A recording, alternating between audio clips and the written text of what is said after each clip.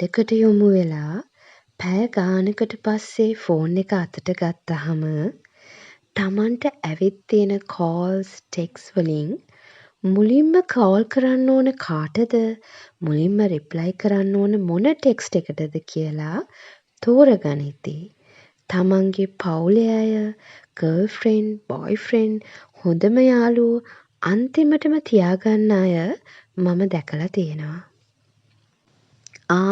එයාලට පස්සේ කතා කරන්න පුළුවන්. එයාලට කොයි වෙලාවෙ කතා කළත් මොකද? එයාලා ගෙදර අයනේ. ගර්ල්ෆ්‍රෙන්ඩ් මට පස්සේ ෂේප් කරගන්න පුළුවන්. ඉස්සෙල්ලා බොස්ට කෝල් එක අරන් ඉන්න ඕනේ. නැත්තම් මං ඉවරයි. යාළුවගේ කෝල් එක ගන්න කලින් ක්ලයන්ට් කතා කරලා ඉන්න ඕන. යාළුවා එක්ක නම් කොයි වෙලාවෙ කතා කරන්න බැරිද? මේ වගේ අය එහෙම තමයි තමන්ගේ ප්‍රමුඛතා ලයිස්තුව තීරණය කරන්නේ. ඔයත් එහෙම කෙනෙක් නම් මම මේ කියන දේ ගැන පොඩ්ඩක් හිතලා බලනවද? අපි ගොඩක් වෙලාවට උත්සාහ කරන්නේ තමන්ගේ කියලා අපිට ඉන්න අයගෙන් පිට ඉන්න අයව හොඳින් තියාගන්න. එයාලගේ කැමැත්ත දිනාගන්න. ඒ වගේම ඒ කැමැත්ත පවත්වාගෙන යන්න. ඒකට හේතුව අපි බයයි පිට අයව නැති කරගන්න. ඇත්තටම අපිට නැති වෙයි කියලා බය වෙන්න ඕන පිට මිනිස්සුන්ව විතරද? පිට අය විතරද අපිට නැති වෙන්න පුළුවන්? මම දන්න අය ඉන්නවා තමන්ගේ අම්මගේ නැත්තම් තාත්තගේ අන්තිම කෝල් එක ආන්සර් කරන්න බැරිවීම ගැන ජීවිත කාලෙම පසුතැවෙන අය.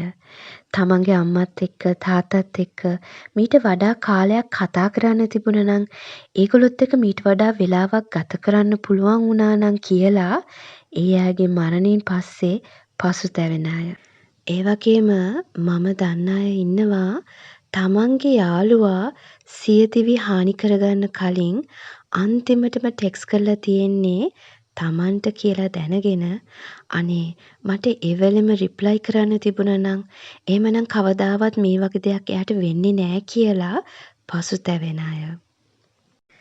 ඉන්න කෙනා කොහොමත් ඉන්නවා.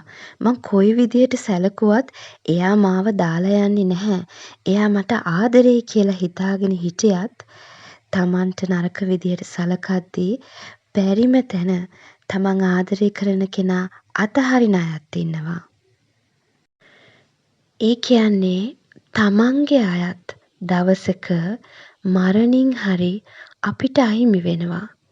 අපිට ආපහු කවදාවත් එයාට කෝල් කරන්න, ටෙක්ස් කරන්න බැරි දවසක්, එයාගේ කටහඬ අහන්න බැරි වෙන දවසක්, ආයේ කවදාවත් එයාව දකින්න බැරි වෙන දවසක් එනවා.